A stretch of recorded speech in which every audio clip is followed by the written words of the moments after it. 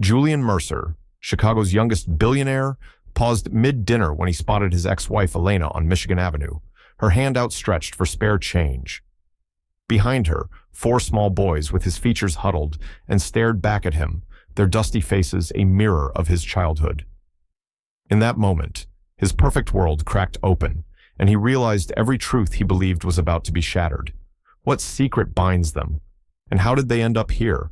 If this revelation stirs something in you, stay with us for the whole story.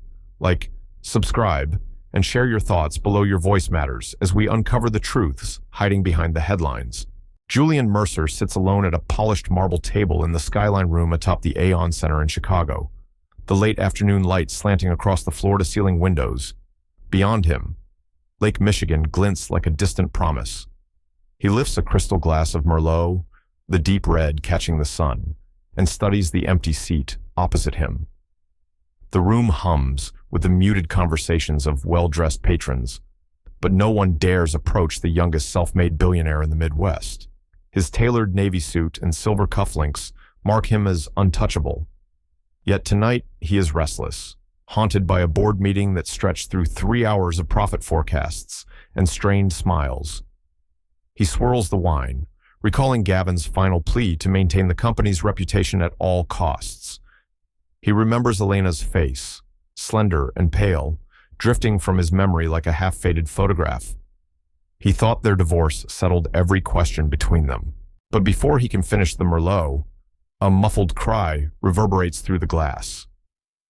At first, he mistakes it for a clumsy service staff. Then he sees her. On Michigan Avenue below, a ragged woman stands on the curb under a flickering street lamp. She clutches a tattered cardboard sign that reads, "Spare change for 4 boys." Behind her, 4 small boys huddle together, legs too long for their clothes, faces too thin for their age. Julian leans forward, heart thumping. The boys' faces are orphaned versions of his own childhood snapshots, the same high cheekbones, the same dark eyes laced with fear and curiosity. A shock of recognition ripples through his arms and legs, as though electricity has ignited his blood. He rises, the chair screeching softly on the marble. Patrons glance up, startled by his sudden movement. Julian crosses the room in brisk strides and presses his palm against the cool glass. He watches the woman gesture toward passing cars, her voice cracking as she begs. The boys take turns dropping coins into her cup. They whisper to one another, shifting weight from one foot to the other. An ache unfolds in Julian's chest. He knows that look of hope and dread. For a moment, he stands entirely still, the world of white tablecloths and silent admiration drifting away. His father once taught him that power lay in indifference. He raised an eyebrow, then glanced down at his empty plate and the hostess hovering uncertainly. "Check, please," he mutters, voice clipped. He folds the menu and drops a bill beside his untouched salmon. Without waiting for change, he strides from the table. In the elevator, he catches his reflection eyes wide, jaw set.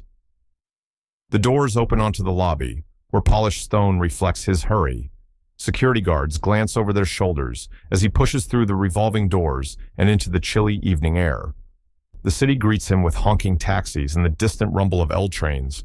He pauses outside at the building's base, inhaling the damp autumn air.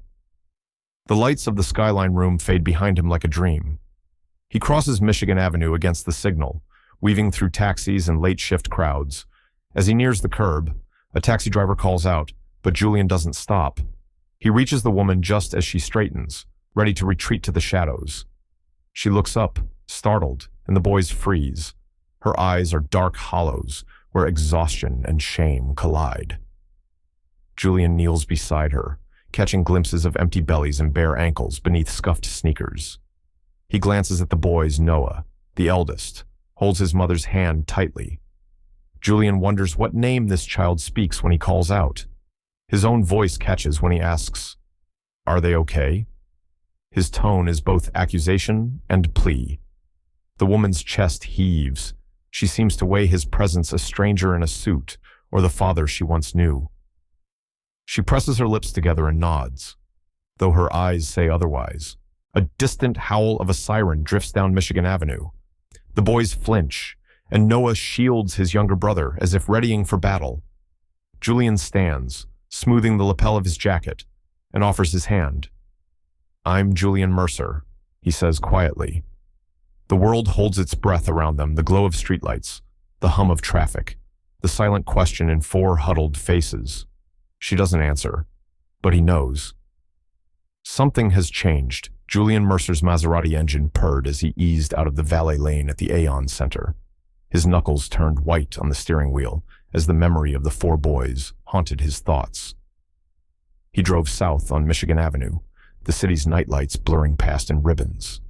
He told himself it was a trick of perspective, that fatigue and too many board meetings had conjured familiar faces beneath the street lamps. Yet every red light magnified his memory. Small hands pressed against a cold window, dusty sneakers tapping pavement, eyes that matched his own. He remembered an email once buried in junk mail from Elena asking to meet at the Mercer Foundation office. It had been marked low priority by his secretary and never reached him.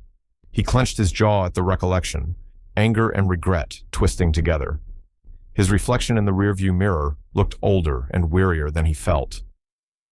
The neon marquees of the Chicago theater flashed past, tourists snapping photos under the iconic red sign, oblivious to his turmoil. At Jackson Boulevard, he hesitated, then turned into a narrow parking lane beside a late-night taco stand on the south side. The stand's neon sign buzzed, illuminating a makeshift bench where an artist's sketch pad lay open. Julian killed the engine and sat, the air conditioner's hum dying into silence. He drew in a deep breath, then reached for the sketch pad. The charcoal drawing was of a tall man in a suit, strong jawline and thoughtful eyes.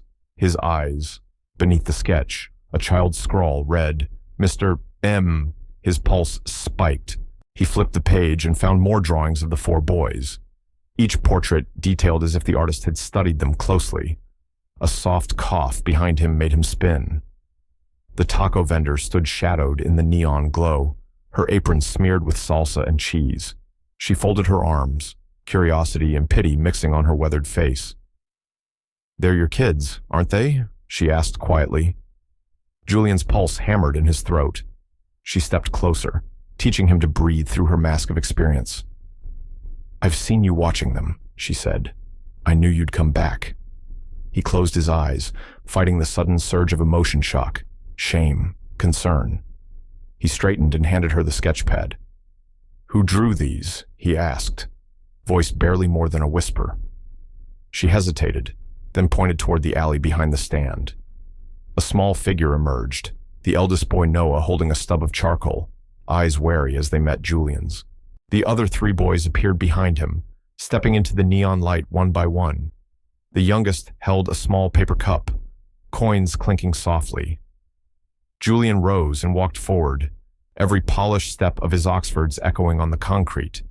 Noah's shoulders tightened, but he did not run. The other boys fanned out behind him. Julian reached into his pocket, pulling out a fresh $20 bill. He placed it gently in the cup, then extended his hand toward Noah. The boy glanced at his mother's silent figure behind them, torn between trust and fear. Julian swallowed and said, "I'm sorry I missed this." Noah studied his outstretched hand, fingertip hovering over Julian's palm. Then the boy let go of the charcoal and took Julian's hand, his grip firm. In that moment, the distance between polished boardrooms and the cracked sidewalks of hardship closed by inches. He turned back to the taco vendor, voice steady despite the tremor in his chest. "Thank you," he said. She nodded once, stepping aside to let him lead the boys down the alley. Julian paused at the entrance, looking toward the glittering towers of the Loop. The choice lay before him: return to his life of privilege or step into a new world of responsibility and uncertain love. He didn't look back, but he knew everything had begun to change. Julian Mercer moved through the throng at the Taste of Chicago Festival in Grant Park with purposeful strides, though his mind was tangled in yesterday's revelations. Steam rose from deep dish pizza stands, and laughter drifted across booths offering artisan gelato and craft sodas. Colorful umbrellas dotted the lawn, and couples strolled hand in hand along the pavement by Lake Michigan. Julian's tailored navy blazer felt heavy against his shoulders under the humid August sky. He brushed a lock of dark hair from his forehead and checked his watch, the memory of the charcoal sketch he'd pocketed still vivid in his mind. He rounded a crowded corner near the chuck wagon display and nearly collided with a server carrying a tray of miniature hot dogs. He raised his hand to steady the server's arm, but before he could apologize, a light tap on his shoulder froze him in place. He turned, and there she stood, Elena, framed by strings of twinkling festoon lights, held her canvas tote bag in one hand, the strap slung over her worn cardigan. Her hair was pulled back in a loose ponytail that revealed a face etched with both resilience and exhaustion. Behind her, the four boys clustered tightly, each sporting mismatched jackets and shoes too small for their growing feet. Power shifted in Julian's chest. He felt the familiar rush of corporate confidence ebb away, replaced by a raw knot of guilt. Elena met his gaze, her dark eyes shining under the electric glow of the festival. "I didn't want you to find us like this," she said softly, her voice barely rising above the carnival music. Julian opened his mouth, but the words jammed behind his teeth. He cleared his throat, but no sound emerged. The crowd's laughter swelled around them, oblivious to this sudden intersection of two worlds. The eldest boy, Noah, took a hesitant step forward, his slim shoulders squared as though bracing for judgment. He glanced between his mother and Julian, trust and uncertainty flickering across his face. Elena took a breath and continued, her voice trembling. "I lost my job at the University of Illinois Hospital when I took leave to care for them. I tried to reach you. I sent letters, emails, you never saw them." Pain lanced through Julian's chest as he recalled the message that never reached his desk, lost amid corporate memos. He watched as Elena's hands tightened on her tote bag strap, knuckles whitening. A sudden siren sliced through the night air, pulling them from their private moment. Elena's head snapped toward the sound, panic curdling in her eyes. She flinched, and her gaze darted to the boys. They tensed as well, drawing closer to her side. Julian felt a surge of protectiveness. He stepped forward, placing a cautious hand on Noah's shoulder. The boy's lean frame didn't recoil. Instead, his gaze softened. A fragile bridge had formed between them. Elena exhaled shakily. "I thought you'd come with security or lawyers," she whispered. "I didn't know what to expect." Julian's throat constricted at her words. He realized how wide the gulf between them had grown, between the executive offices on East Randolph and the festival crowds here in Grant Park. He glanced at the boys, taking in the way they clung to each other, the way the youngest clutched a worn stuffed animal to his chest. He remembered his own childhood, how loneliness gnawed beneath the veneer of affluence. He cleared his throat and spoke in a firmer voice than he felt. "I'm sorry," he said simply, "for everything." Elena's shoulders jerked with a sudden sob that she swallowed quickly. She turned away, smoothing her cardigan around her thin frame. The boys shifted uneasily behind her. Julian watched her profile, how her jaw clenched, how her eyes glistened with unshed tears. He swallowed the lump in his throat.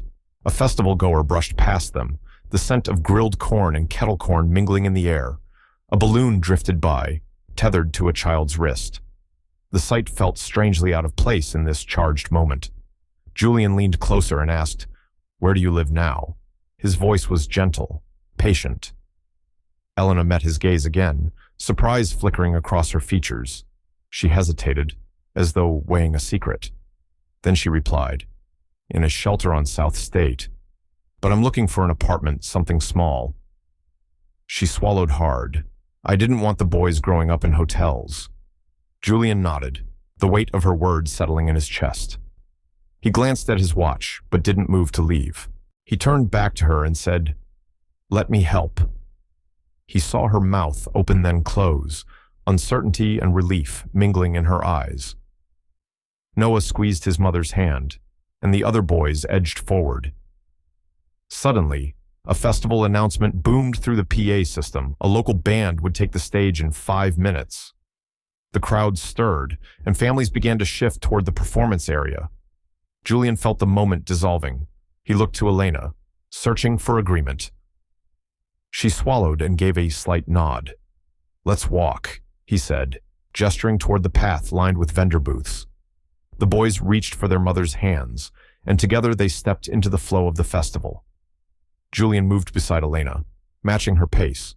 He could feel the eyes of strangers on the patrons, curious about the suited man walking with a mother and her 4 boys.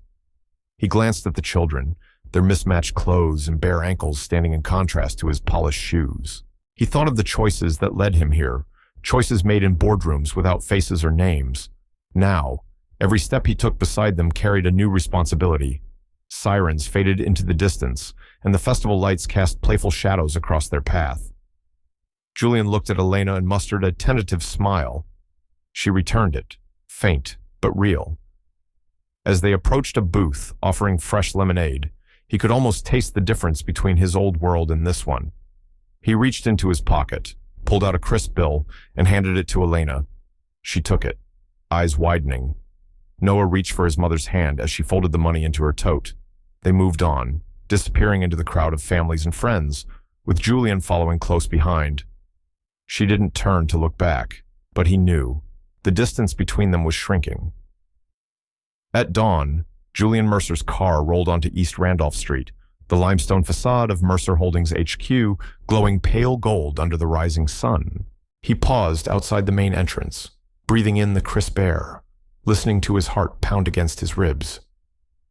Through the glass doors, polished marble floors reflected his image, a man in an immaculate charcoal suit, steel blue eyes shadowed by doubt.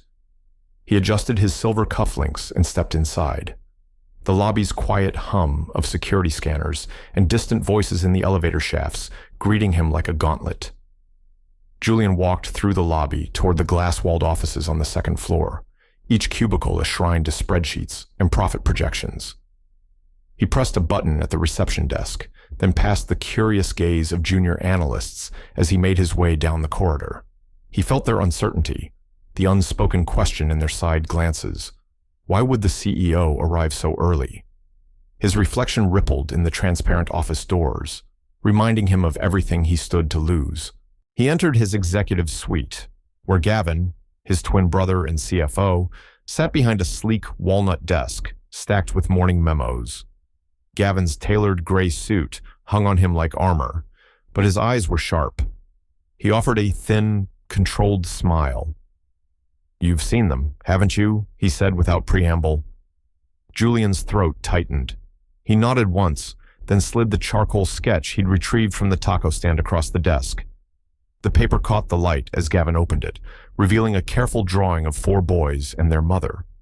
Gavin picked up a worn folder stamped private, pulled out faded adoption papers bearing Elena's name, and laid them on the desk. "She's setting you up," Gavin said, voice low but urgent. "This was meant to force your hand with the trustees, a custody bid to corner you." Julian's pulse hammered. He stared at the neatly typed forms, the signatures and dates arranged like a trap. Yet he remembered Elena's haunted eyes at Grant Park, the way Noah had reached for his hand without hesitation. A knot of doubt loosened in his chest, spooling into questions. What if she hadn't meant to manipulate him? He set his jaw and stood, brushing past Gavin toward the floor-to-ceiling windows overlooking Millennium Park. The green lawn stretched wide, Lake Michigan shimmering at the horizon. Joggers passed below, indifferent to boardroom battles. Julian closed his eyes and recalled Elena's confession letters blocked, phone calls ignored. He felt the weight of every missed message, every heartbeat of a father who never knew he had sons. He turned back to Gavin, voice quiet but resolute. "I will find out the truth," he said. The words hung heavy in the glass-walled office. Gavin's expression flickered resignation or relief. Julian couldn't tell. Then his brother closed the folder with a soft click. "Just be careful where you look," Gavin warned. His tone lacked conviction now. Doubt had seeped through his polished exterior. Julian pulled on a navy overcoat and straightened his tie. He reached for the doorknob, paused, then opened it. As he left the office, the elevator dinged, and a pair of polished Oxfords approached. It was Marisol Bennett, Elena's attorney, briefcase in hand. She offered him a curt nod. Her presence here meant Elena was already in motion with legal avenues. Julian's chest tightened again. He stepped into the elevator, and the doors glided shut. He watched his reflection shift in the mirrored walls, a man torn between empire and family. The car descended silently, each floor marker blinking past in quick succession.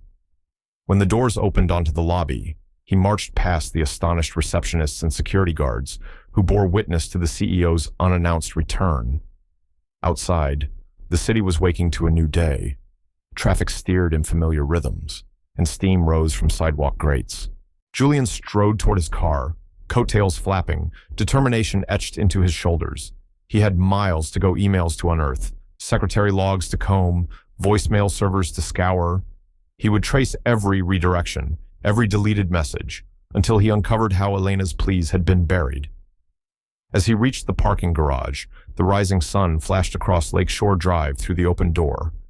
Julian paused, staring at the water's edge, and allowed himself a single breath.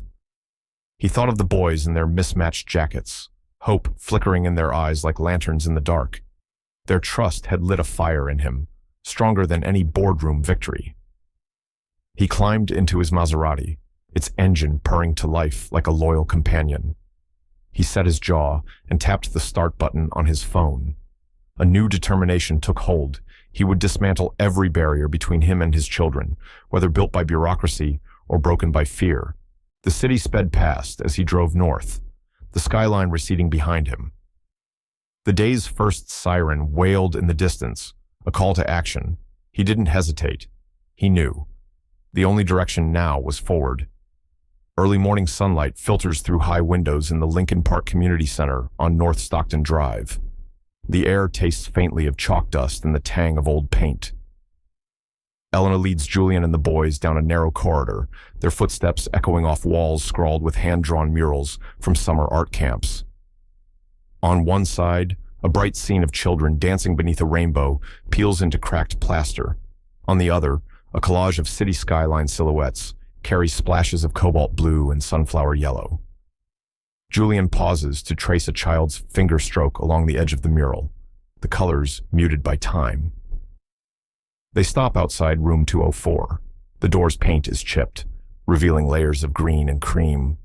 Elena pushes it open with a soft creak. Inside, mismatched desks spill over with stacks of donated textbooks and battered notebooks. A battered globe rests on the teacher's podium, its equator scuffed from decades of curious fingers. The scent of old paper and linoleum fills the quiet space. Julian's gaze falls on a row of worn copies of To Kill a Mockingbird lining a shelf. He picks one up and flips through dog-eared pages. Faint pencil scribbles mark passages about justice and empathy. His throat tightens when he sees a child's note on the inside cover. Hope lives here. He glances at the boys huddled behind Elena. They clutch backpacks too small for their shoulders. He clears his throat. His voice sounds hollow in the stillness. This is where I learned to read, he says quietly, laying the book back on the shelf. He remembers his grandmother's rickety kitchen table in Detroit, a single lamp burning late into the night as she coaxed him through the alphabet. Back then, each new word felt like a secret power. Elena's lips tighten as she nods once, her eyes brimming with unspoken pain. After you disappeared, she says, voice raw, I brought them here so they'd have a chance. They needed a place to belong. She steps aside, revealing Noah standing at the front of the room. He pushes a stray lock of hair from his face and runs his fingertips along the corner of a desk, scarred by generations of students. His expression is determined and wary. Julian crouches to meet Noah at eye level. The boy's chestnut eyes reflect something he recognizes, fear braided with courage. I'm sorry I wasn't there, Julian whispers, voice catching. He extends a hand, palm open. The air between them pulses with possibility. Noah studies Julian's hand, thumb brushing the boy's knuckles. Then he nods once, firm and quiet. Julian feels a fragile relief bloom in his chest. Outside, the center's creaky door hinges groan again. A tall man in faded coveralls stands in the doorway. Mr. Reyes, the center's maintenance worker and director, wipes his hands on a rag. He was the first to question Elena's ability to care for 4 boys on her own. Now, he meets Julian's gaze and offers a curt, respectful nod. Julian stands, heart racing. He knows this gesture holds more weight than any corporate memo. Elena exhales relief, turning to guide the boys back into the hallway. The narrow corridor seems less confining now, light filtering through windows at the far end.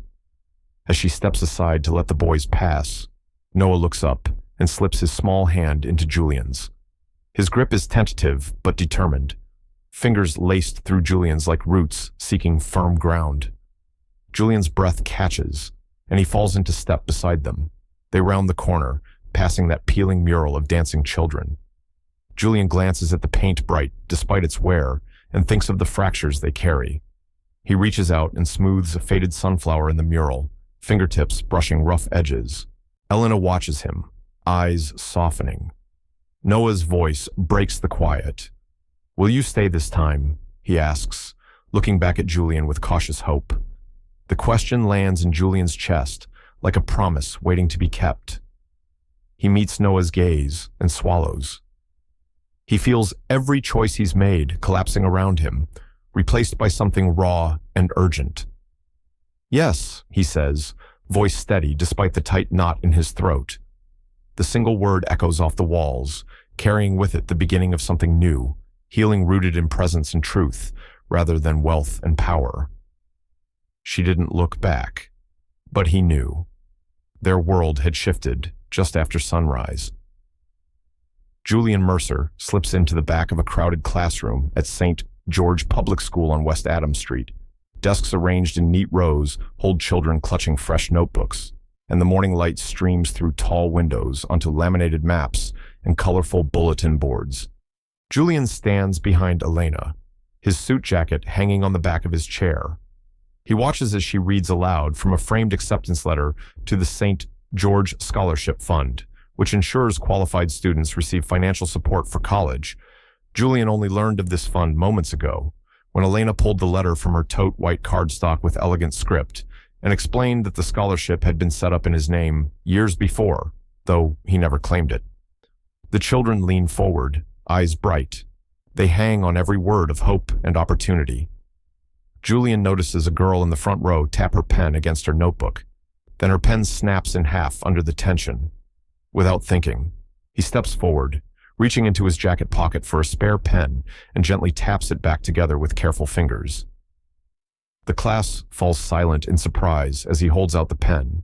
His voice, calm and kind, carries across the room as he says, "Learning is messy, but that's how we grow." Elena allows herself a small, proud smile at his ease. After the lesson, the children file out for recess, chattering about math problems and tomorrow's art project. Julian walks down the aisle, pausing to help a boy stow his backpack under his desk. He straightens the straps and pats the child's shoulder. Miss Thornton, the custodian who used to question Elena's ability to make ends meet, leans against the doorway, arms folded. She watches Julian, then approaches Elena and touches her arm gently, in a low voice. "Miss Thornton says, he's genuine." Elena nods, tears welling behind her steady expression. A faint warmth spreads through Julian's chest at the realization that someone here sees him as more than his name. Outside, the autumn air carries the scent of fallen leaves as Julian and Elena walk toward his car parked beneath a canopy of oaks. Their 4 boys follow, animatedly discussing their favorite subjects. Noah insisting that science is the best, the twins debating whether art or literature should be next on the scholarship list, and the youngest clutching his new pen like a prized treasure. Julian glances at their grins and feels an unfamiliar warmth. This is the family he never knew he needed. He opens the passenger door for Elena, offering a soft bow of the head. He settles into the driver's seat and lifts his phone to check the time. An email notification flashes across the screen. Investigative findings attached. His chest tightens. The email is from the private investigator Gavin hired. Messages between Gavin and his assistant confirm that Elena did send letters after the divorce emails and handwritten notes that never reached Julian's desk. Worse, The investigator's summary claims Elena received a sizable settlement offer years ago and chose to refuse it, sending the money to community causes instead. Gavin's notes hint at jealousy and suspicion, suggesting Elena might have hidden resources from Julian. Julian exhales, a hollow sound in the quiet car. He turns to Elena, voice tight. I need to look at this now. Elena pauses in the parking lot, the boys slowing to gather closer to her side. She sees the tension in Julian's posture, shoulders hunched, jaw set. She follows his gaze to the screen. What does it say? She asks softly. Julian taps the email open, scrolling through pages of summaries and attachments. He reads aloud a line, no evidence of settlement acceptance, followed by a note that unspecified documents may still exist. His lips press into a thin line. He senses Elena's hope flicker and die before he can offer reassurance. A distant rumble of a school bus pulls his attention back to the present. He watches it slow at the curb, children inside pressed to the windows, chattering about weekend plans. A girl in a pink coat waves at him, and he finds himself smiling involuntarily. He taps his phone off and tucks it into his jacket pocket. Turning to Elena, he says, Gavin's afraid of what he doesn't understand. He thought he could protect me. Instead, he buried your voice. His eyes meet hers in the waning light. Elena steps closer, placing a hand on his arm. She recalls the nights she stayed up writing letters that ended at an empty inbox, and the mornings she packed lunches in hopes for her sons. Her voice is steady but quiet. He was protecting you from the trustees, not from me.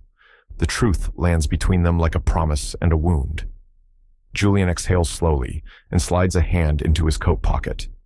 He pulls out the charcoal sketch of the boys someone drew on Michigan Avenue and shows it to Elena. She runs her thumb along the pencil lines, tracing each boy's face. They made this for me, she whispers.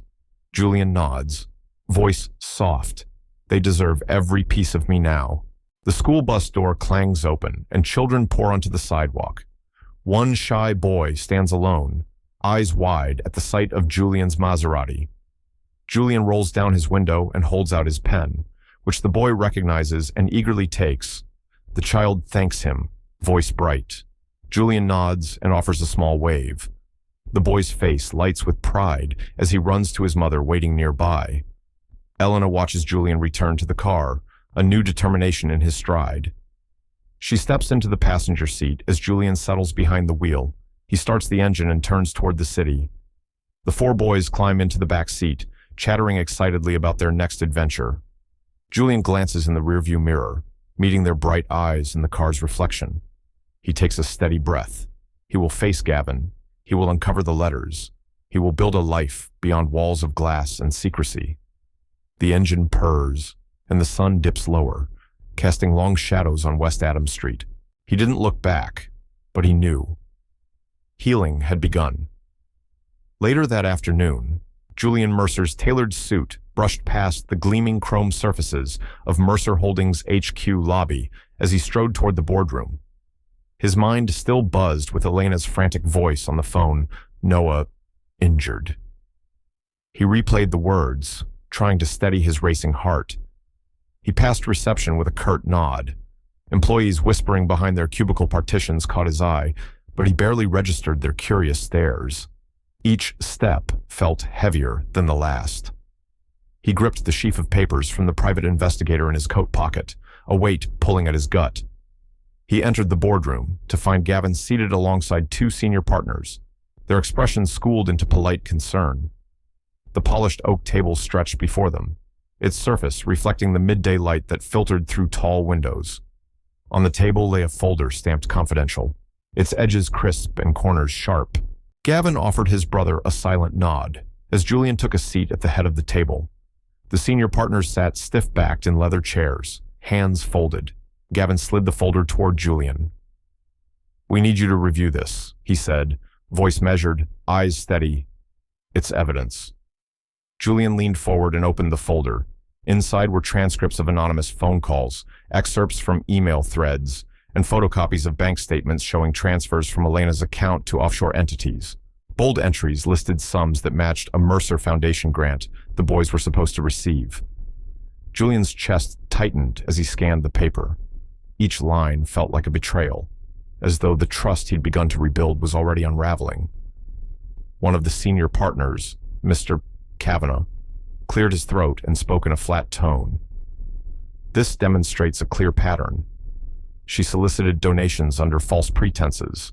She used the children to enhance credibility. His words landed like stones. Julian's pulse thundered.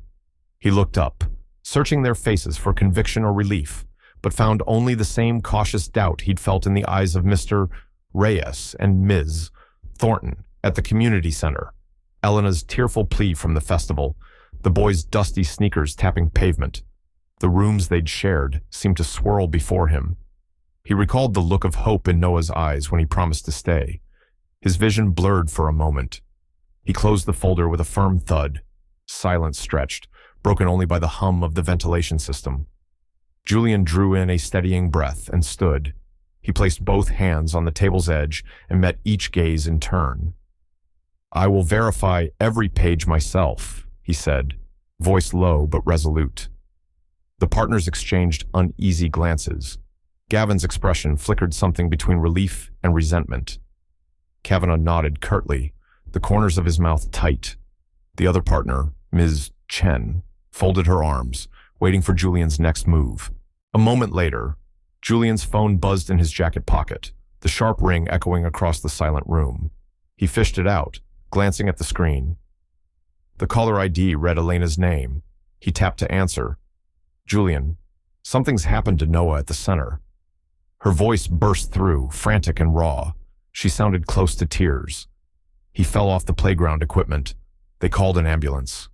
Julian's heart leaped into his throat. He looked up at the boardroom faces. Gavin's eyes widened. Kavanagh shifted in his seat. Julian pressed a finger to his lips and spoke into the phone. "I'm on my way," he said, voice thick with urgency. He ended the call and slipped the phone back into his pocket. He turned to Gavin. "Family first," he said, voice quiet but absolute. The words carried the weight of his choice. Gavin's lips parted as though to speak, but all he managed was a nod of understanding. Kavanagh cleared his throat. "We can reconvene later," he offered, though his tone betrayed disappointment. Julian swept out of the boardroom, the confidential folder abandoned on the oak table.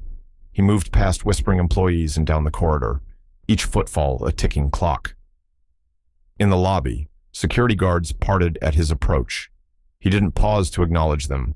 He slipped through the revolving doors into the warm afternoon air.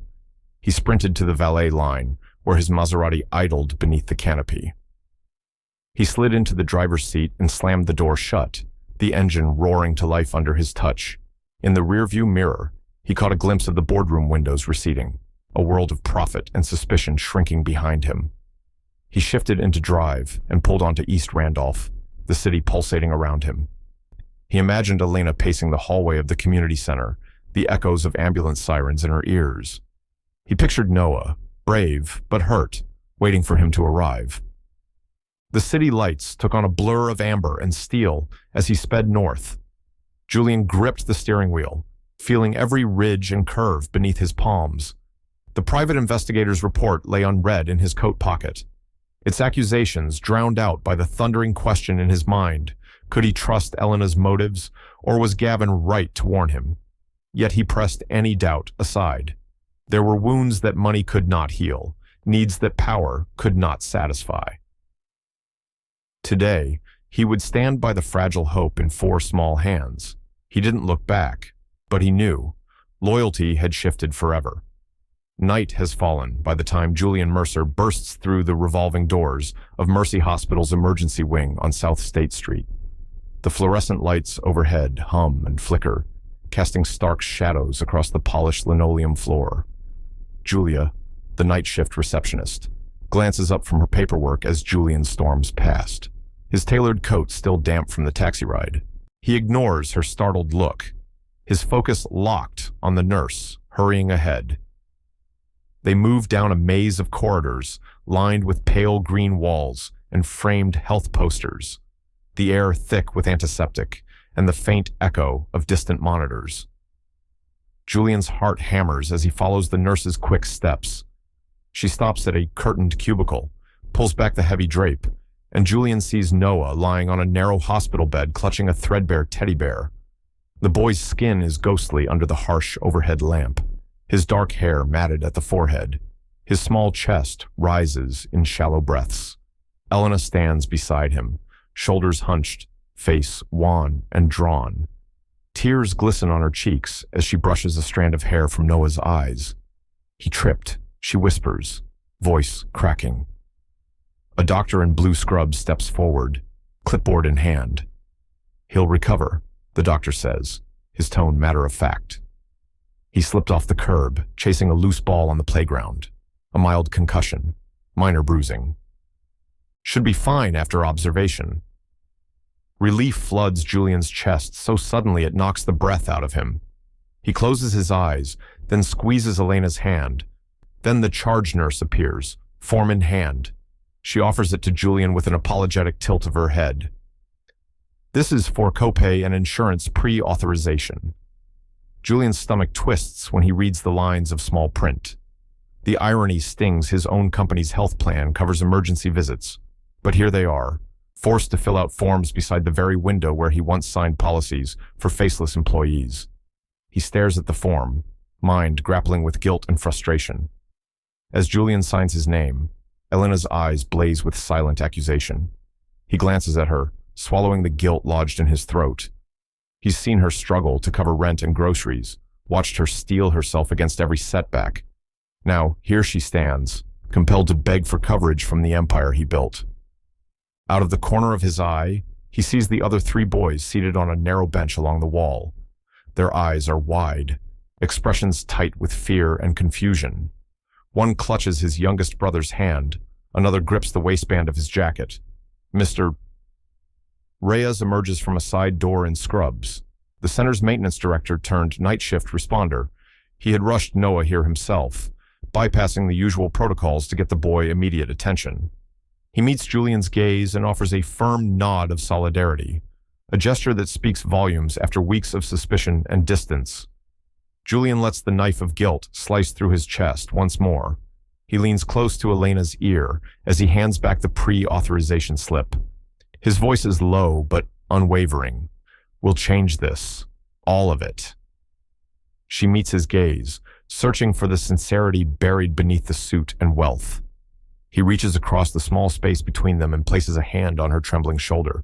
Behind Elena, a night shift security guard locks the corridor door, his footsteps echoing in the hush of the wing. Julian catches the guard's eye. The guard nods, as though recognizing that loyalty can shift, even here under the harsh lights of a hospital. In that lingering glance, Julian knows this is only the beginning of something far larger than paperwork and policies. The doctor steps forward again, examining the digital readout on the monitor beside Noah's bed. He checks the boy's vitals and taps a few notes into a tablet. Julian watches every flick of the doctor's pen, every bead of sweat forming at the temple of the nurse who holds the clipboard. He feels the weight of every moment Elena spent fighting alone, of every night the boys lay awake, wondering where he was. A soft whimper draws Julian's eyes back to Noah. The boy's lips tremble as he clutches his bear tighter. Julian moves to the edge of the bed and kneels, steadying his voice so it carries comfort and certainty. "You're safe now," he says, reaching out to brush a lock of hair from Noah's forehead. The boy's eyelids flutter, and he grants a small nod before drifting back towards sleep. Elena exhales, and a single tear escapes down her cheek. Julian wipes it away gently, his thumb brushing against her skin. The broad shoulders of his overcoat seem to droop, as though releasing the armor they provide. He glances at the form he just signed, then at the wall-mounted policy poster outlining patient rights. The contrast between printed words and real lives twists something inside him. He stands and turns to face the corridor, his silhouette framed by flickering lights. The other boys press close to Elena, their whispered anxieties floating in the still air. Julian steps toward them, each footfall measured and resolute. He sweeps a hand along the length of the bench and invites them to stand. One by one, they rise, and Julian guides them into a loose cluster around the bed. They exchange weary smiles, fragile but genuine. Elena wraps a comforting arm around the twins, guiding them closer. Julian offers his shoulder to the youngest, who leans in, his cheek warm against the fabric of Julian's coat. The simple act, the way the boy fits against him, unravels years of corporate detachment. The charge nurse clears her throat softly and gestures toward a side room where Noah will be monitored overnight. Julian nods in gratitude and turns back to Elena. He takes her hand and leads the boys into the next room, the door closing behind them with a soft click. In the hush that follows, the only sound is the steady beep of the monitor and the whisper of the air vents. Julian exhales, tasting the sterile air and hope mingled together. He knows the empire looms beyond these walls, ready to demand its due. But for tonight, in Mercy Hospital's quiet corridor, a new sense of purpose has taken root, one measured not in profits, but in presence. He didn't look back, but he knew. Everything had shifted. Julian Mercer stepped into the marble foyer of St. George Law Firm on South Wabash Avenue, the echo of his polished Oxfords rebounding against the high ceilings. He paused to straighten his tie before approaching the reception desk. The secretary nodded him down a hallway lined with framed diplomas and muted abstract paintings. Julian's chest tightened as he followed the scent of polished wood and leather-bound volumes towards Suite 4B. Inside, Elena's attorney, Marisol Bennett, sat behind a dark mahogany desk. The afternoon light through the blinds cast striped shadows across her worn briefcase perched on the corner. 4 boys lingered beside Elena, their small faces drawn with apprehension. Julian closed the door gently and took the chair opposite Bennett, his posture controlled but tense. Bennett unlatched the briefcase and pulled out a stack of documents that bore the Mercer Foundation seal. She slid the first sheet across the desk: foreclosure papers for Elena's childhood home in the Roseland neighborhood, dated 10 years ago. Julian's breath hitched as he read the trustee names: Mercer Holdings, Mercer Foundation. His own charity arm, created for community uplift, had participated in an auction that seized the very home Elena grew up in. Elena's lips trembled. She gathered the boys close, her hand drifting over the twins' shoulders. Noah's eyes flicked to Julian, searching for an explanation. Julian's chest constricted with guilt so sharp it felt like thunder. He leaned forward, voice hushed. I had no idea. Bennett slid a chart across the desk, showing wire transfers from Mercer Holdings to purchase adjacent lots, eventually encompassing the family property. Each line on the spreadsheet was a betrayal in black and white. Julian's vision blurred as he traced the transfers with his finger. This was the buried cost of his empire, the hidden toll on a family he never knew existed. Elena's hands tightened around the boys' collars. They pressed into her coat, small bodies rattled by the revelation. Julian closed his eyes briefly, recalling Elena's quiet strength when she guided him and the boys through the community center corridor. He opened his eyes and met Elena's gaze. The sterile office light caught tears glistening behind her lashes. I will make this right, he promised, voice steady despite the quake in his chest. They rose then, and Julian stood, towering above the briefcase and papers. He felt the pull of legal precedent to negotiate restitution, to settle behind closed doors, but something tempered his instincts. As he reached for the doorknob, Marisol stepped forward, clearing her throat. There are questions of liability, compensation calculations, punitive damages, she began, voice professional but firm. Julian paused in the doorway, torn between the logic of lawyers and the instinct of a father who would protect his children and their mother at any cost. He turned back, shoulders squared. No lawyers, he said, each word deliberate. I'll handle it myself. His tone brooked no argument. Elena's eyes filled with cautious hope. She lifted her chin, a trembling but resolute gesture. Marisol's expression flickered between approval and worry. At that moment, the sun dipped behind passing cars on Wabash Avenue, headlights flashing through the office windows in a staccato rhythm. Elena gathered the boys' coats and their worn backpacks as they stepped onto the busy sidewalk, A cyclist swerved sharply to avoid a double-parked delivery van. The front wheel clipped Elena's heel, and she lurched forward. Two of the boys stumbled, nearly losing their balance on the uneven pavement. Julian's heart leaped. He lunged forward and caught Elena's arm in a tight grip. His other hand flew to steady the twins, cradling them away from the curb. Elena's breath caught in her throat as she steadied herself. The cyclist rode on, oblivious to the near accident. Passers-by hurried past in business attire and evening casuals, their faces indifferent to the near miss. Julian felt anger flare, the kind of helpless frustration that follows realizing how easily everything could shatter. He turned to Elena and the boys, voices hushed but urgent. "We move together," he said, voice low. He guided them to a nearby cafe with a recessed doorway and offered his hand to Elena. She took it, her grip firm and trusting. The boys lined up behind them, their small figures pressed close.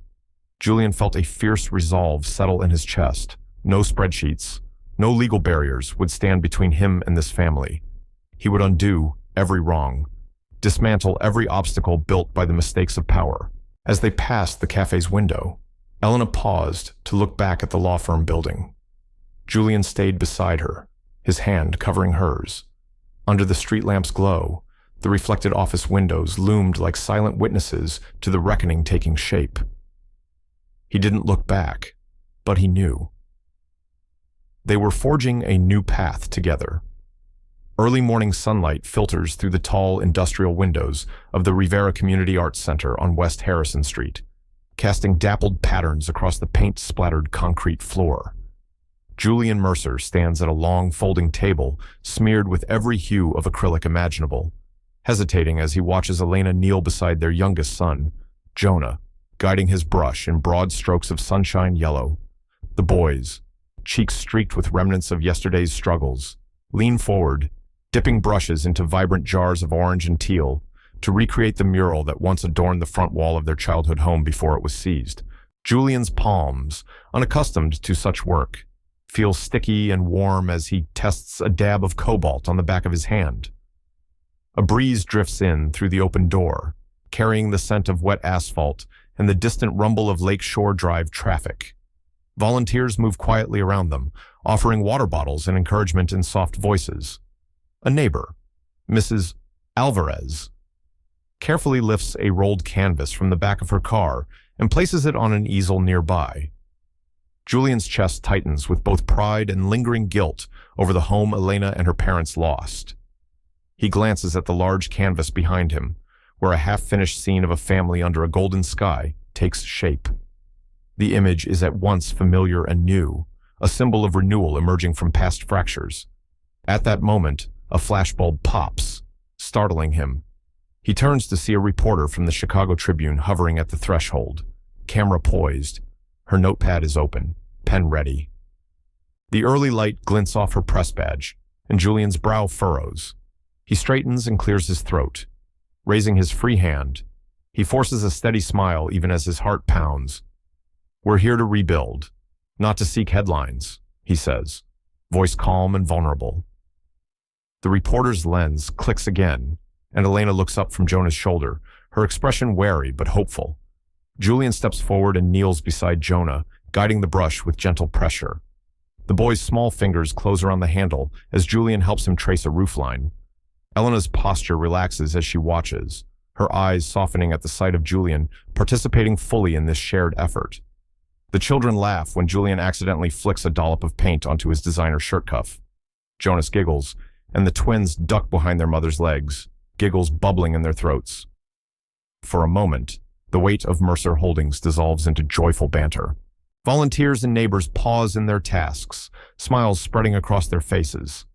Mr. Reyes steps forward with a tray of bagels and coffee, offering Julian a cup.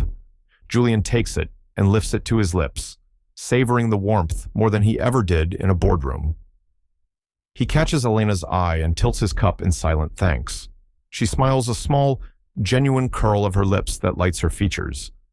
But then Julian's phone vibrates in his pocket, and he feels the weight of choice settle in his chest. He withdraws it and reads the notification, Art Institute Gala tonight. RSVP required. The The screen glows with gilded invitation details and elegant script. He feels a familiar tug toward a life of hollow luxury and prestige, waiting behind polished gallery doors. He looks at Elena, who watches him from across the table, her brush hovering over a patch of bright orange. The reporter's camera lens gleams in the corner, waiting for his reaction. A soft clatter draws Julian's gaze to the center's front door, where a sudden gust rattles its glass panes. Elena stands beside him, her paint-streaked fingers twisting into the cuff of her cardigan. She steps closer, voice soft. "Are you really sure?" Her question hangs between them like an invitation to choose. Julian's thumb brushes the screen of his phone, then he lets it slip back into his pocket. His gaze lifts to the mural, to the 4 boys kneeling around the table, their proud smiles shining even in dawn's pale light. He inhales deeply, tasting paint and possibility. He straightens and wipes his palms on his jeans, sending flecks of teal dust into the air. He meets the reporter's lens with measured calm. The camera clicks once more, eager for a soundbite. Julian turns full toward the reporter and says, "I'm choosing this." He gestures at the mural, at the community gathered, at the hopeful faces of his sons. The reporter's eyes widen, pen scratching across paper.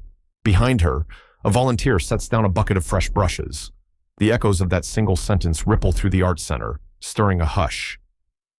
Elena steps beside Julian, sliding her hand into his.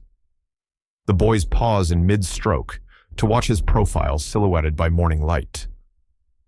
The mural's blank spaces beckon. The reporter raises her camera again, framing the tableau. Julian draws a breath, as if tasting a future he had never allowed himself before. The empty invitation looms in his pocket, a reminder of paths not taken. He glances at Elena's hand in his, the weight of her trust settling on his shoulders. The artist's murmur from yesterday echoes in his mind. Restoration begins with presence. The reporter lowers her lens, eyes searching his. A soft click marks the moment, capturing the point where intentions solidify into action. Julian clears his throat, heart steady. He raises his free hand, palm open in an unguarded gesture toward the mural. The morning light catches the paint on the boys' brushes, and the center hums with possibility and unspoken promise that rebuilding will continue long after headlines fade. Late afternoon light slants through the glass-walled conference room at Blake Enterprises HQ in downtown Seattle, painting the polished oak table in bands of gold and shadow. Julian Mercer strides in, closing the door with deliberate force. Gavin sits alone at the far end, shoulders rigid in his charcoal suit. The hum of the city rises faintly from the streets below. Julian presses a thick manila envelope onto the table. The flap falls open, revealing scanned emails printed on crisp white paper. The Mercer family crest, stamped in the corner of each page. Gavin's eyes flick up, narrowing. Julian's finger taps the envelope. "These came from Dad," he says quietly. "He wrote them." Gavin exhales, the sound oddly small in the cavernous room. He meets Julian's gaze as the sunlight shifts across his face. Julian slides the top printout across the table. The first email reads, "I'm concerned she's unstable. Please block any outreach from Elena that might cause awkwardness." The next instructs, "If she calls, send to voicemail." Another demands, "Destroy any letters she leaves." Julian's chest tightens. He feels each word like a betrayal carved into his skin. He looks up at Gavin, whose carefully maintained facade finally crumbles. "You knew she tried to reach out," Julian states, voice steady but edged with pain. Gavin's shoulders slump. He runs a hand through his hair.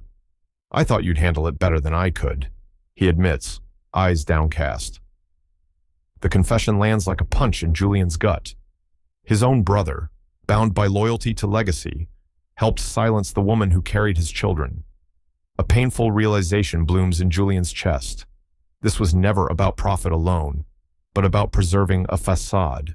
He pictures Elena's haunted eyes in the cramped hallway of the community center, the boy's small hands pressed to the dusty walls.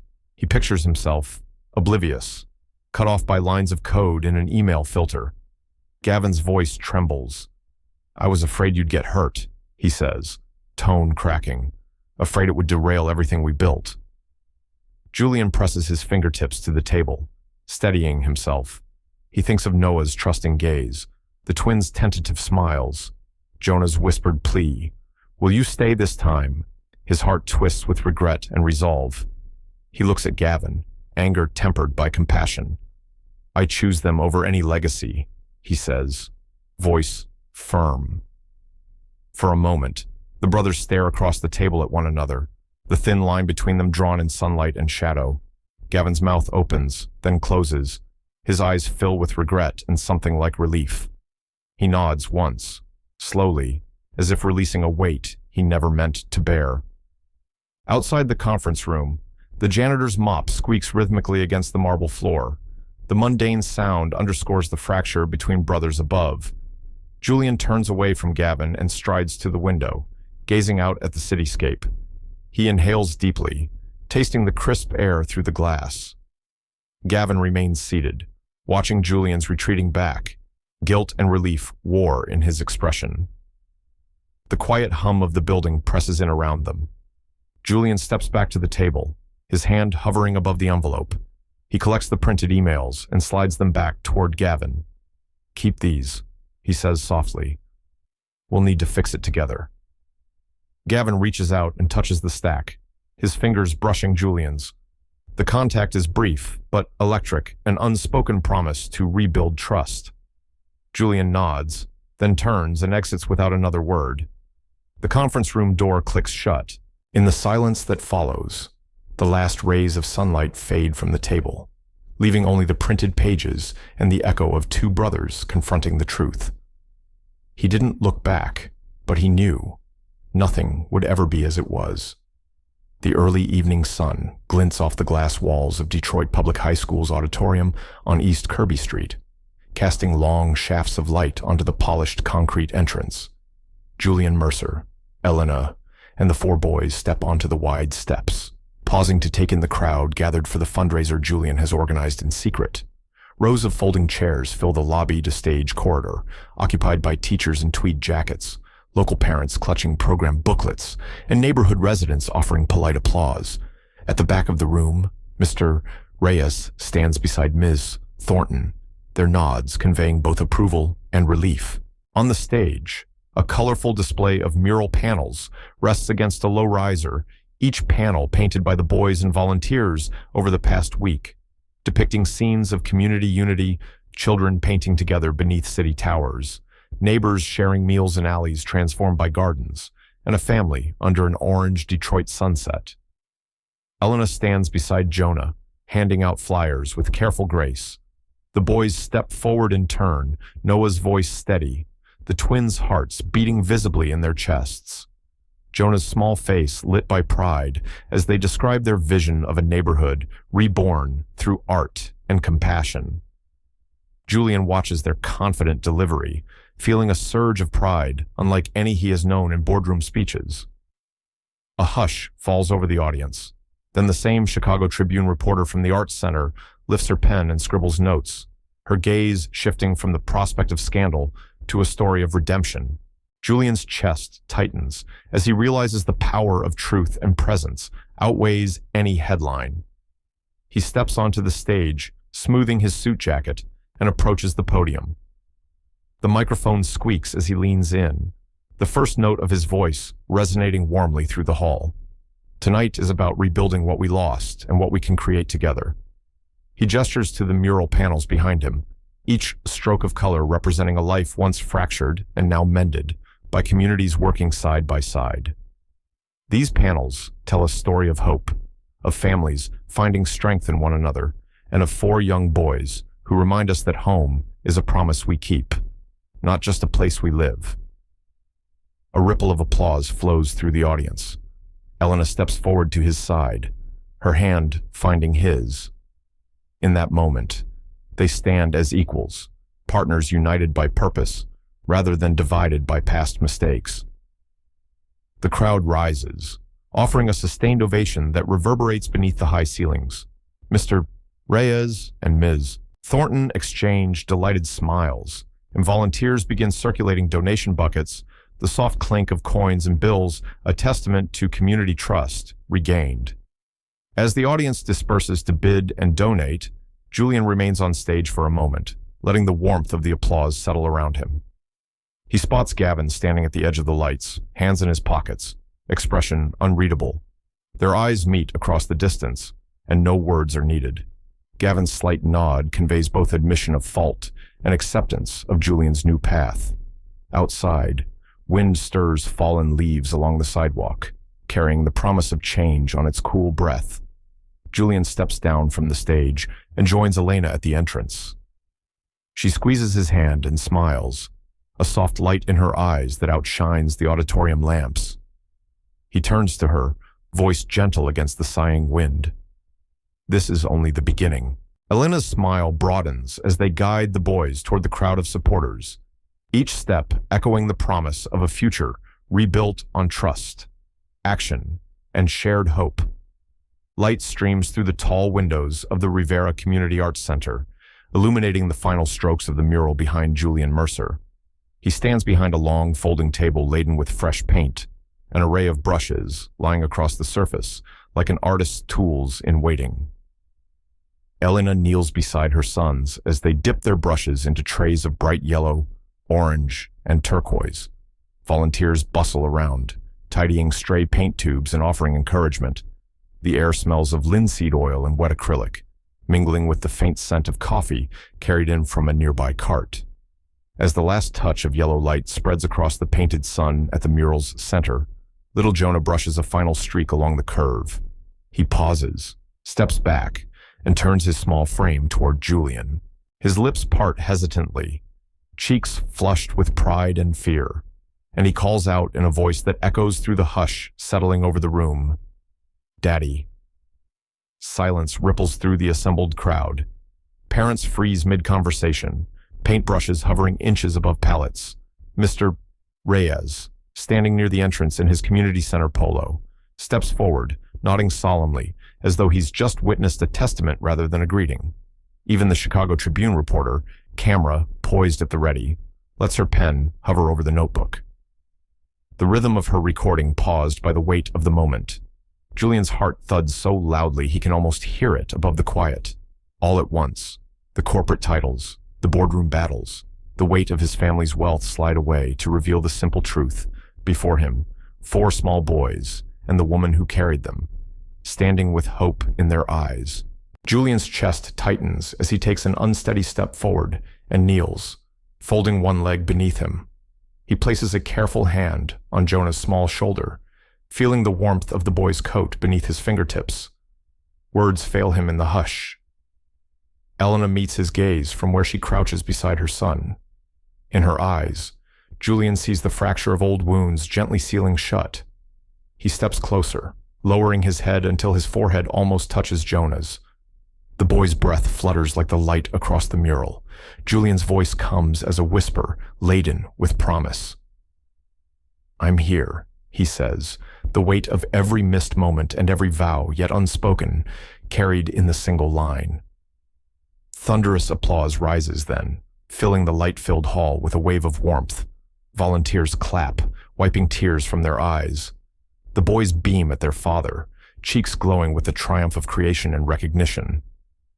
Julian stands, drawing them into a protective arc beneath his arms.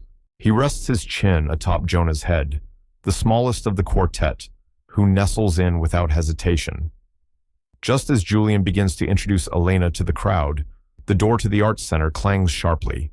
A man in a dark suit, his Mercer Holdings lapel pin glinting under the gallery lights, steps inside. He holds a folder in one hand, his gaze flicking from Julian to the mural and back again with clinical detachment. His expression is cold, his posture rigid.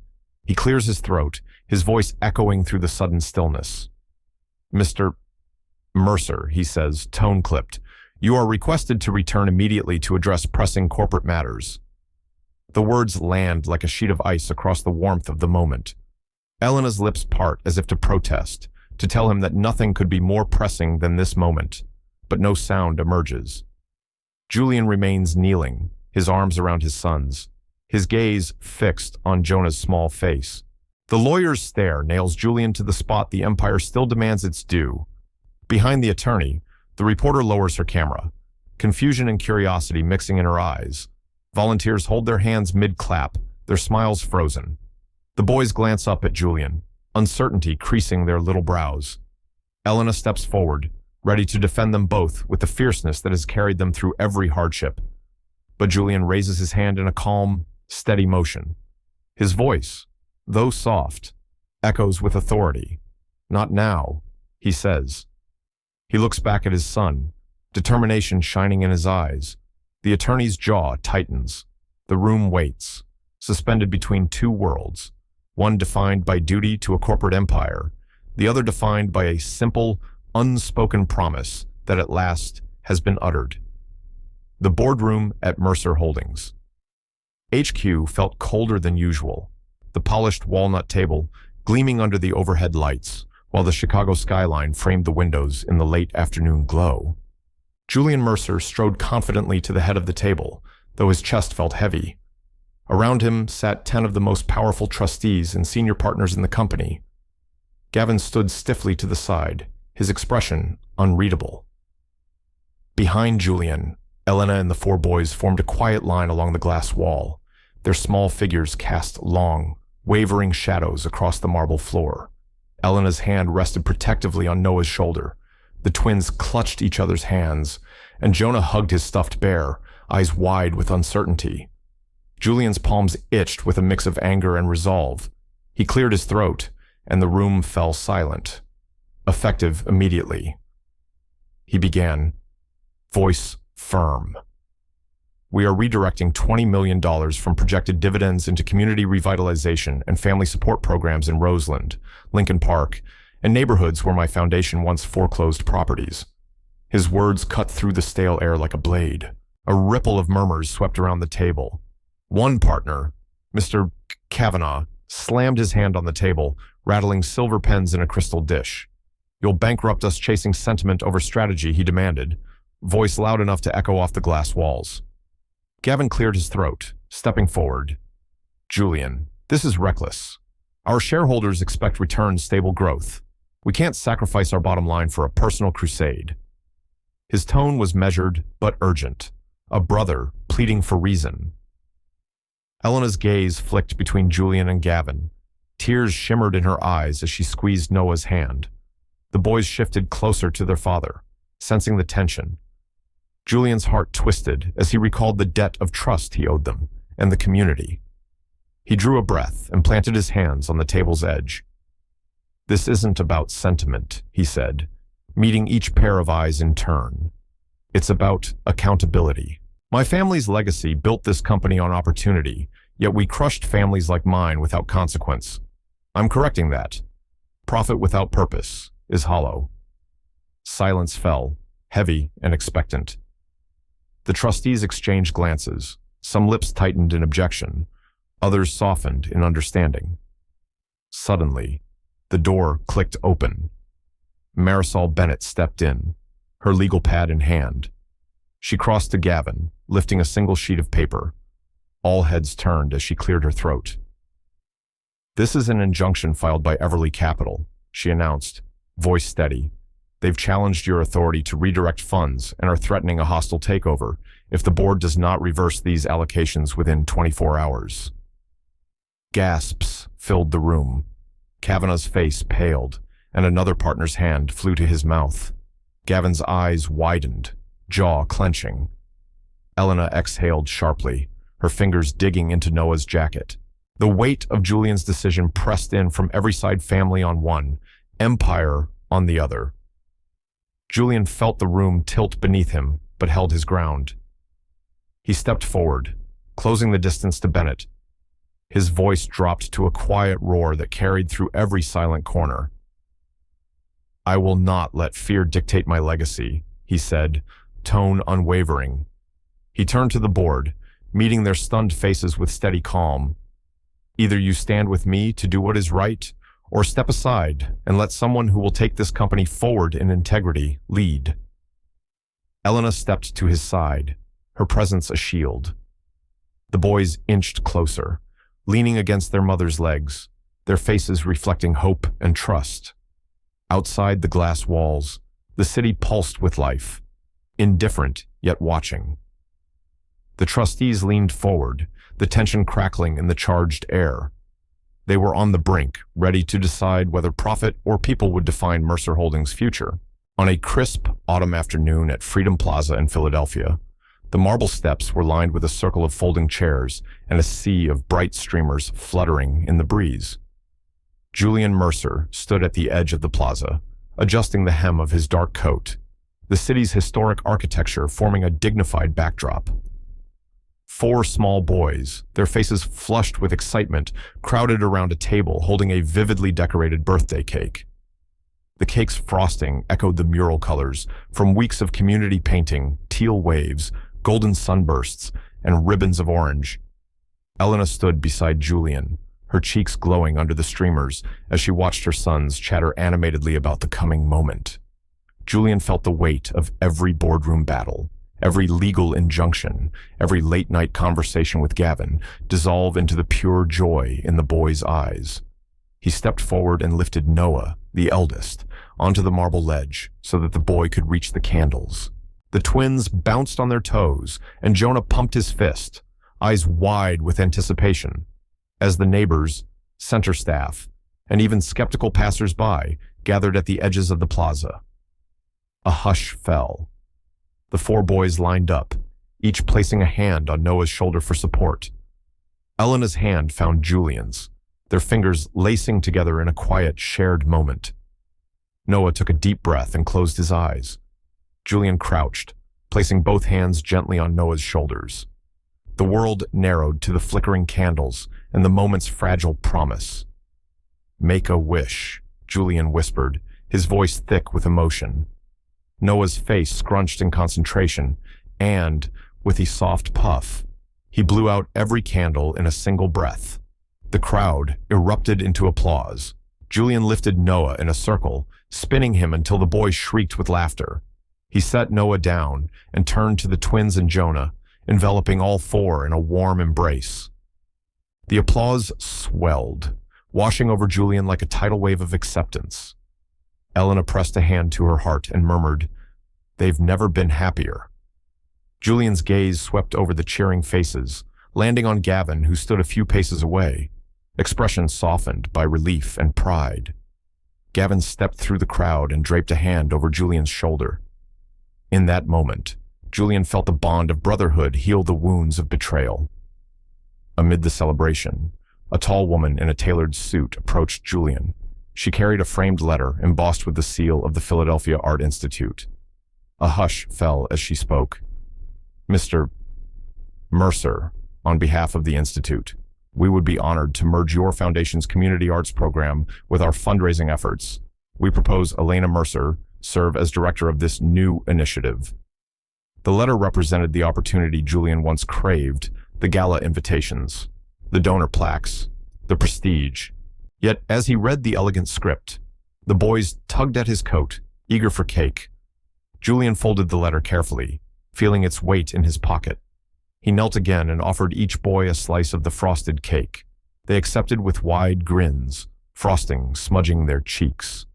Jonah leaned forward and planted a sloppy kiss on Julian's cheek. Paint from an earlier mural still smudged on his face. Laughter and cheers filled the plaza, rising above the city streets. Elena joined him, brushing a lock of hair from Jonah's forehead. Julian looked at her and then at the boys, their sticky fingers and bright laughter more precious than any corporate accolade. He stood, voice steady and clear. "This is our world now." The framed letter remained folded in his pocket, a reminder of paths he could choose, but no longer bound to follow. The crowd turned back to the cake and children's laughter, the invitation forgotten in the warmth of shared celebration. Julian felt a new clarity rise in his chest, one that no boardroom victory could ever match. He didn't look back, but he knew. Home was where he belonged. Late morning sunlight filters through the glass atrium of the Art Institute of Chicago, scattering prisms across the polished stone floor. Julian, Mercer, and Elena step into the grand exhibition hall hand in hand, their 4 boys trailing behind with backpacks full of paintbrushes and pastels. The hush of anticipation settles over patrons as they approach the centerpiece. The mural begun months ago at Rivera Community Arts Center, now complete and unveiled to the public. The mural spans an entire wall, its vibrant colors depicting scenes of community unity and rebirth. At one end, a father lifts his child toward a rising sun.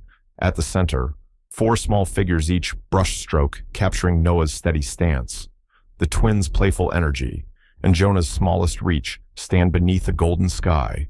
Portraits of local volunteers, neighbors, and the Mercer family line the adjacent panels, a woven tapestry of lives once divided and now interlaced. Beneath the mural, a small bronze plaque bears the words, "Julian spoke at the plaza." Some choices aren't really choices at all. The day I saw them, my sons, I knew what mattered. Patrons drift forward, their conversation hushed and reverent. A teacher from Detroit Public High School pauses with her hand over her heart. A volunteer from Lincoln Park wipes her eyes. At the edge of the crowd, Mr. Reyes and Ms. Thornton exchange proud smiles, their earlier skepticism transformed into heartfelt support. The Chicago Tribune reporter slips quietly behind the family, capturing the moment for the front page. Julian, Elena, and their sons framed against the mural they inspired. Elena crouches beside her sons, smoothing a stray lock of hair from Jonah's forehead. He looks up at her with sleepy delight, his cheeks still streaked with mural paint. Julian moves to Elena's side and offers his arm. She accepts with a soft smile, their shoulders brushing. The unity between them radiates warmth across the hall, knitting together every fractured trust and fragile hope.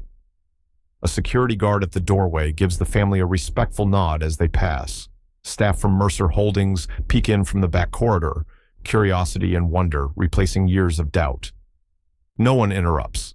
This unveiling belongs not to the business world, but to the heart of a community reclaimed. The boys cluster around their parents, voices rising in a chorus of excitement as they point to their painted selves and to the scenes of families planting gardens and sharing meals.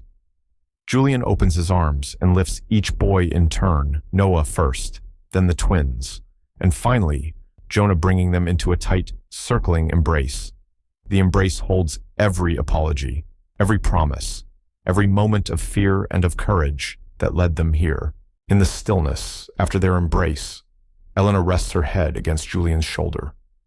He tilts his cheek against her hair and breathes in the paint-scented air, feeling the mural's energy coursing through him.